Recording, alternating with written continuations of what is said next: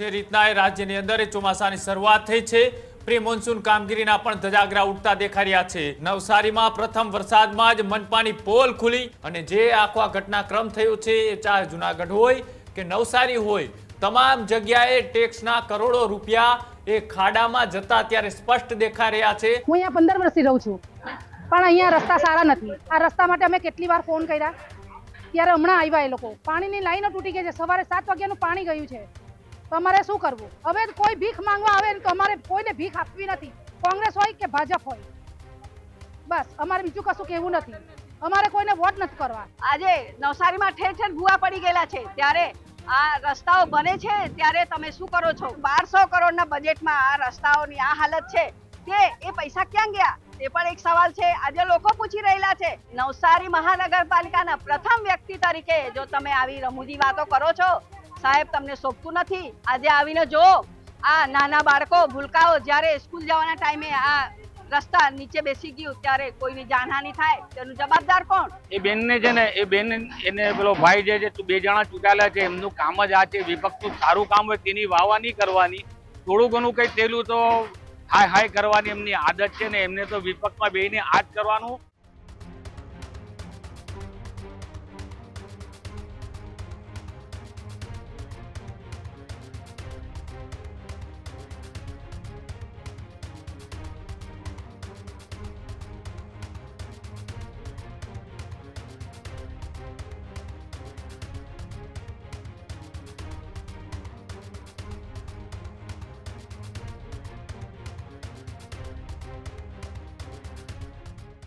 જે રીતના એ રાજ્યની અંદર ચોમાસાની શરૂઆત થઈ છે, પ્રી મોન્સૂન કામગીરીના પણ ધજાગરા ઉડતા દેખાઈ રહ્યા છે।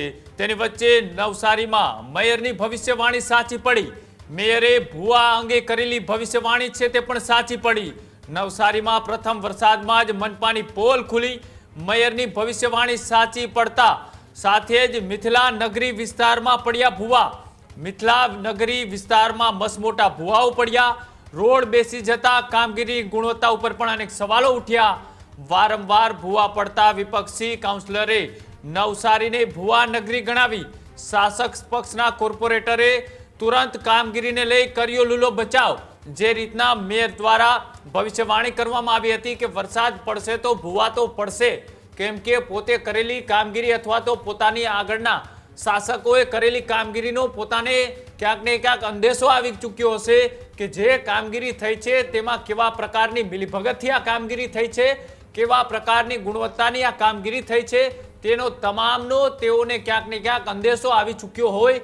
એ જ રીતના અને પહેલા ત્યારે જે બેઠક મળી હતી ત્યારે તેઓએ કહ્યું હતું કે વરસાદ પડશે તો ક્યાંક રોડ તૂટશે, ક્યાંક ભૂવા પડશે, અને થયું પણ એવું જ, કેમ કે તેઓએ અગાઉ જ એ વાતની જાહેરાત કરી દીધી હતી અને નાના મોટા નહીં પણ ગાડીઓ સમાઈ જાય એવડા ભૂવાએ નવસારીઓમાં પડવાની શરૂઆત થતા હવે વિપક્ષી પાર્ટીના કાઉન્સિલરો છે તેને નવસારીને ભૂવા નગરી છે તે ગણાવી અને જે આખો ઘટનાક્રમ થયો છે એ ચાહે જૂનાગઢ હોય કે નવસારી હોય, તમામ જગ્યાએ ટેક્સના કરોડો રૂપિયા એ ખાડામાં જતા ત્યારે સ્પષ્ટ દેખાઈ રહ્યા છે।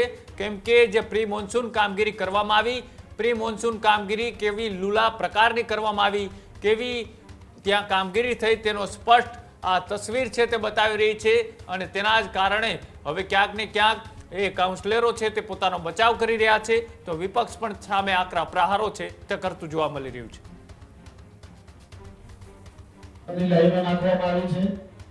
એટલે ભૂવા પડવાના છે, હું અત્યારથી જ કહું છું, કારણ કે જે જમીન પોચી થઈ ગઈ હોય એ પાણી પચાવ્યું છે, છતાં પણ જોરમાં વરસાદ આવશે અને પાણી આવશે એટલે મેં આજે એવું પણ કહ્યું છે કે 4 ઝોનમાં જ્યાં પણ આવી તકલીફ ઉઠે એટલે આપણે પહેલેથી તૈયારીના ભાગરૂપે સૂચના આપી દીધી છે। મિથિલા નગરી એક અમારા વોર્ડ નંબર 4 નો બહુ મોટો વિસ્તાર છે અને એ વિસ્તારની અંદર એક જીવીડીસી વાળાએ એક સાવધી શરૂઆત માટે મહાનગરપાલિકાએ ડ્રેનેજ અને પાણીની લાઈન નાખી છે।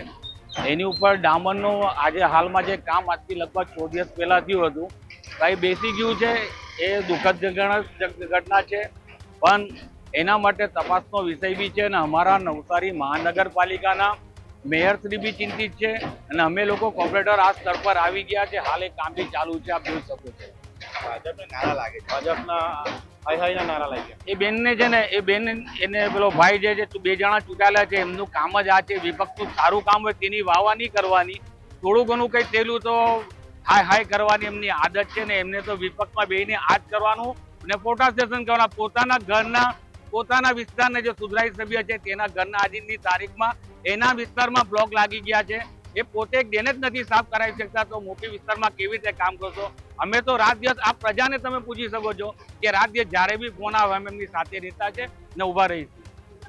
આ નવસારી મહાનગરપાલિકાના મેયર શ્રી બોલે છે કે ભૂવા ખાડા પડવાના જ છે, રમૂજ કરે છે, ત્યારે આપણાને નવાઈ લાગે છે કે આટલા મોટા નવસારી મહાનગરપાલિકાના પ્રથમ વ્યક્તિ તરીકે જો તમે આવી રમૂજી વાતો કરો છો, સાહેબ તમને શોભતું નથી. આજે આવીને જો આ નાના બાળકો ભૂલકાઓ જ્યારે સ્કૂલ જવાના ટાઈમે આ રસ્તા નીચે બેસી ગયું ત્યારે કોઈની જાનહાનિ થાય તેનું જવાબદાર કોણ?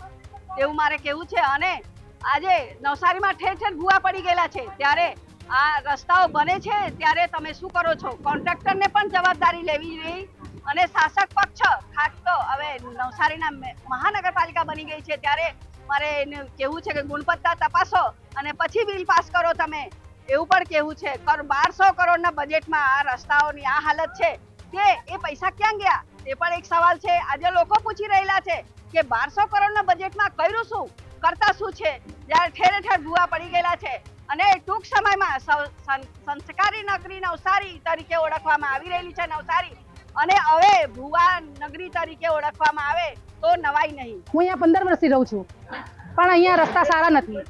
બધા વોટ માંગવા આવે છે, ભાજપ વાળા પણ આવે છે અને કોંગ્રેસ વાળા પણ આવે છે, પણ અમે જ્યારે અમારી રજૂઆત કરીએ છીએ ત્યારે કોઈ સાંભળતું નથી. આ રસ્તા માટે અમે કેટલી વાર ફોન કર્યા, ત્યારે હમણાં આવ્યા એ લોકો 2 કલાક. અમે સવારે 8:30 વાગ્યાના અહીંયા ઊભા છે, 11:30 થયા. અમારે શું કરવું? અમારા છોકરાને સ્કૂલ મોકલાવવાનું કે એને જમવાનું બનાવીને જમાડવાના? હજી કશું અમારે ઘરમાં કામ નથી થયું. આ રસ્તા માટે અમે ક્યાંના અહીંયા ઊભા છે, બધાને રજૂઆતો કરીએ છીએ અમે કે રસ્તા સીધા બનાવો, સારા બનાવો. પાણીની લાઈનો તૂટી ગઈ છે, સવારે 7 વાગ્યાનું પાણી ગયું છે, તો અમારે શું કરવું? બસ અમારી માંગ એટલી છે કે સારા રસ્તાઓ બને અને પાણી પણ નથી આવ્યું આજે, અને સારા રસ્તા બને, બસ એટલી જ અમારી માંગ છે. અને એટલા ભૂવા પડી ગયા છે, દર બીજી દિવસે એક ભૂવો પડે છે, દર બીજી દિવસે. અમારે શું કરવું? અમે કેટલી વાર રજૂઆત કરી છે સભ્યોને, સભ્યો આવતા જ નથી. આજે ઘણા બધા રિપોર્ટરો આવ્યા છે એટલે સભ્યો આવ્યા છે, ભાજપ વાળા અને કોંગ્રેસ વાળા. ત્યાં સુધી કોઈ આવ્યું જ નથી. હવે કોઈ ભીખ માંગવા આવે તો અમારે કોઈને ભીખ આપવી નથી, કોંગ્રેસ હોય કે ભાજપ હોય. બસ અમારે બીજું કશું કહેવું નથી, અમારે કોઈને વોટ નથી કરવા. ખેડૂત ભાઈઓ છે ખેતરમાં ડ્રોન ઉડાવતા હોય છે ત્યારે આપણે એક પ્રશ્ન સતાવતો હોય છે કે જે આપણે અત્યાર સુધી જીપીએસ ટેકનોલોજી વાળા ડ્રોન વાપર્યા છે, જેથી કરીને મોબાઈલ ટાવર છે અથવા તો હાઈ ટેન્શન લાઈન પસાર થતી હોય, કોઈ વૃક્ષો હોય, ત્યારે જે જીપીએસ ટેકનોલોજી વાળા ડ્રોન છે એમાં ટકરાય અને ટ્રેસ થાય છે. પણ એગ્રીઓન લાવ્યું છે GNSS ટેકનોલોજી ડ્રોન, જેથી કરીને એ ડ્રોન છે એ કોઈ જગ્યાએ ટકરાય નહીં, પોતાની રીતે જ ડિસિઝન લે છે ને મૂવ થઈ જાય છે, જેથી કરીને GNSS ટેકનોલોજી ડ્રોન છે એ વાપરવાનો આગ્રહ રાખો. હજુ સુધી તમે અમારી ચેનલને સબસ્ક્રાઇબ નથી કરી તો અત્યારે જ ન્યૂઝરૂમ ગુજરાતને સબસ્ક્રાઇબ કરો, ફેસબુક અને ઇન્સ્ટાગ્રામ પર ફોલો કરો.